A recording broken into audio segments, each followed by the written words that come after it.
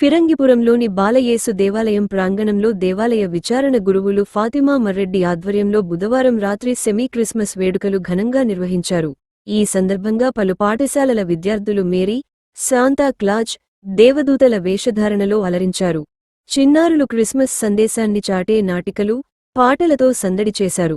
కార్యక్రమంలో గ్రామ ప్రజలు పెద్ద సంఖ్యలో పాల్గొన్నారు.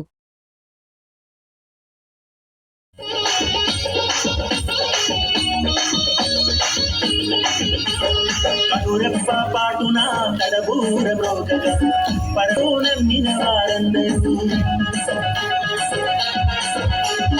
కనురెప్ప పాటు నీతి సూర్యుడొచ్చాడని లోకమందరికీ